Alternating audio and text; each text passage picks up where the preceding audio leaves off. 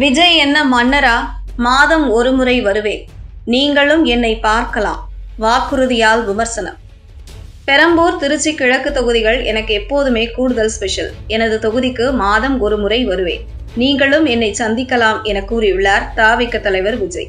விஜயின் இந்த பேச்சு விமர்சனங்களை கிளப்பிவிட்டுள்ளது. தமிழக சட்டசபை தேர்தல் களத்தில் அனல் பறக்கிறது. வாக்குப்பதிவுக்கு இன்னும் ஒரு வாரம் மட்டுமே இருப்பதால் அனைத்து அரசியல் கட்சி தலைவர்களும் தமிழகம் முழுவதும் சூறாவளி பிரச்சாரம் மேற்கொண்டு வருகின்றனர். புதிதாக அரசியல் களத்துக்கு வந்திருக்கும் தவிக தலைவர் விஜயும் பல்வேறு பகுதிகளிலும் பிரச்சாரம் மேற்கொண்டு வருகிறார்.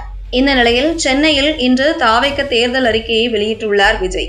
சென்னை நுங்கம்பாக்கத்தில் உள்ள நட்சத்திர ஹோட்டலில் நடைபெற்ற நிகழ்ச்சியில் தவிக தலைவர் விஜய் மக்களின் தேர்தல் அறிக்கை என்ற பெயரில் தேர்தல் அறிக்கையை வெளியிட்டார். அதன் முதல் பிரதியை விவசாயி நாராயணன் என்பவரிடம் வழங்கினார். தொடர்ந்து ஆசிரியை, ஆட்டோ ஓட்டுநர், அங்கன்வாடி ஊழியர், ஓய்வு பெற்ற காவல் அதிகாரி, திருநங்கை ஆகியோரிடம் தேர்தல் அறிக்கை பிரதிநிதிகளை வழங்கினார். மாதம் 2500 ரூபாய், ஆண்டுக்கு 6 சிலிண்டர்கள், ஏழை பெண்களுக்கு 1 சவரன் தங்கம், பட்டு சேலை, 1 முதல் 12ஆம் வகுப்பு வரை இடைநிற்றலை தவிர்க்க பெற்றோருக்கு ஆண்டுக்கு 15,000 ரூபாய், 5 லட்சம் ரூபாய் வரை வட்டியில்லா கடன், 100 காமராஜர் தரம் கொண்ட பள்ளிகள், அனைத்து மாவட்டங்களிலும் தரமான கல்வியை வழங்கும் இலவச உறைவிட பள்ளி, ஒவ்வொரு பள்ளியிலும் நவீன உட்கட்டமைப்பு கல்வி, ஒவ்வொரு தமிழ் மாணவர்களின் கனவுக்கும் ஆதரவளிக்கும் வகையில் இளநிலை முதல் முனைவர் பட்டம் வரை 20 லட்சம் ரூபாய் பிணையில்லா கடனுக்கான உத்தரவாதம் ஆகிய வாக்குறுதிகளை அறிவித்தார். மேலும் AI மூலம் இயங்கும் இலவச போட்டி பயிற்சி, போதைப்பொருள் இல்லாத தமிழகம், பள்ளி கல்லூரிகள் விழிப்புணர்வு மன்றங்கள், ஒவ்வொரு குடும்பத்தினருக்கும் 25 லட்சம் ரூபாய் வரையிலான உலகளாவிய இன்சூரன்ஸ் திட்டம், ஒவ்வொரு குடிமகனுக்கு வருடாந்திர உடல் பரிசோதனை, மலிவு விலை மருந்துகள் என பல வாக்குறுதிகளை விஜய் அளித்துள்ளார். தொடர்ந்து பேசிய விஜய், நான் ஜெயித்தால் என் தொகுதிக்கு நான் தான் பிரதிநிதி. நாம் உறுதியாக ஆட்சிக்கு வருவோம், அதில் எந்த மாற்று கருத்தும் இல்லை.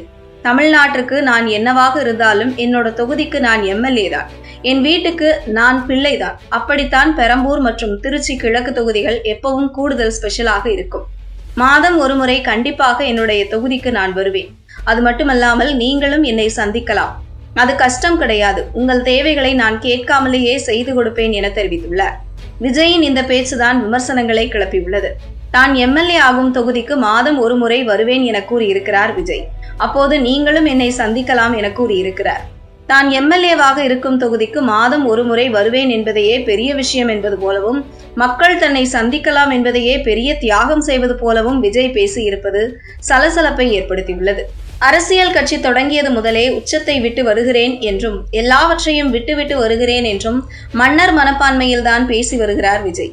இப்போதும் அதே போல தன் தொகுதி மக்களை பார்ப்பது பற்றியே மன்னர் மனப்பான்மையில் பேசியிருக்கிறார். விஜய் ஒருவேளை பெரம்பூர், திருச்சி கிழக்கு ஆகிய 2 தொகுதிகளிலும் வெற்றி பெற்றுவிட்டால் அதில் ஒரு தொகுதி MLA பதவியை அவர் ராஜினாமா செய்ய வேண்டியிருக்கும். அங்கு இடைத்தேர்தல் நடத்தப்படும். பிறகு எப்படி விஜய் 2 தொகுதிகளுக்கும் MLAவாக செல்ல முடியும் என்ற கேள்விகளையும் நெட்டிசன்கள் எழுப்பி வருகின்றனர்.